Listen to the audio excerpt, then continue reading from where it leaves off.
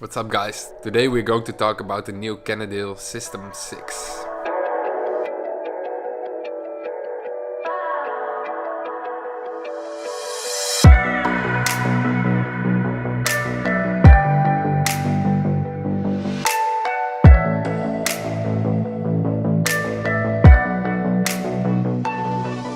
When you think of this bike, you think of all the technology that went into it to making this fast aero bike. But for me, there's a lot of emotion as well. The first time I got on the bike just felt great, felt superior. So I made a video about the first time I went on the bike because I know if I record this video after a month, I lose that first time feeling. So I recorded a short video on my cell phone. Let's watch that first.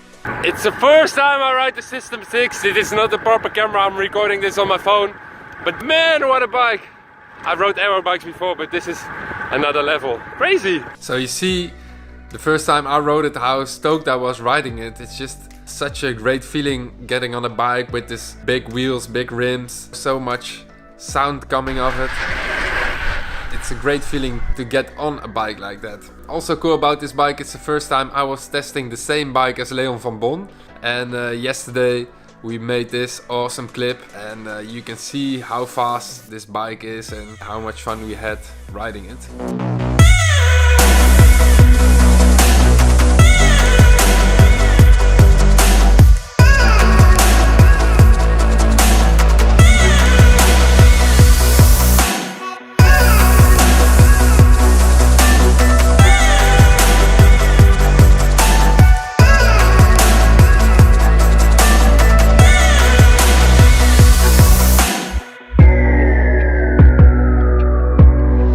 So let's give you a little bit of information about the bike as well. It's called the System 6 for 6 reasons. The 6 in the name of the System 6 are the 6 parts that make the bike aero. First one is frame, the second one is fork. Then we have the seat tube, the stem, the aero bars, and last but not least the nut wheel set.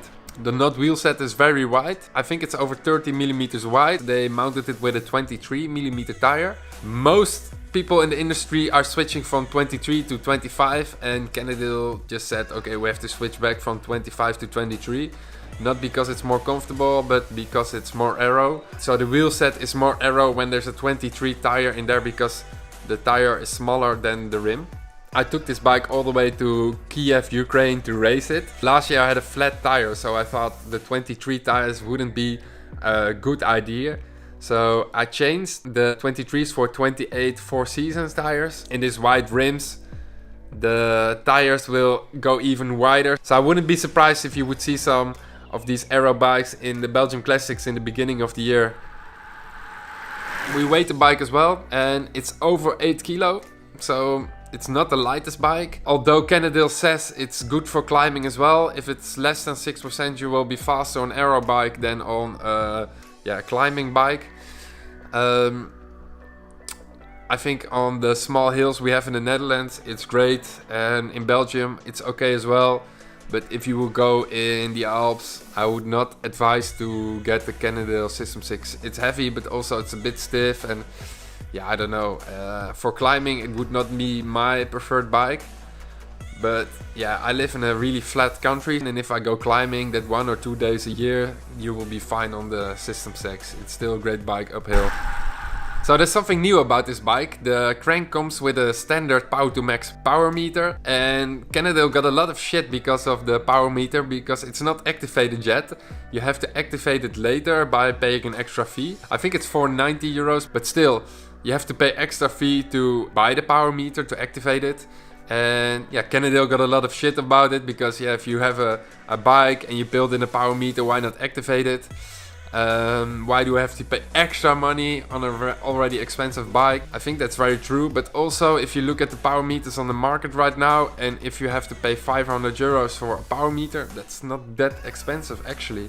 So still, the price on a power meter is very good, and if you already spent like 7,500 euros on a bike, you do want to activate the power meter. But if you're just a fun rider like me, you don't really need the power meter, then you don't have to spend the extra bucks on the power meter anyway. So is there something I don't like about the bike?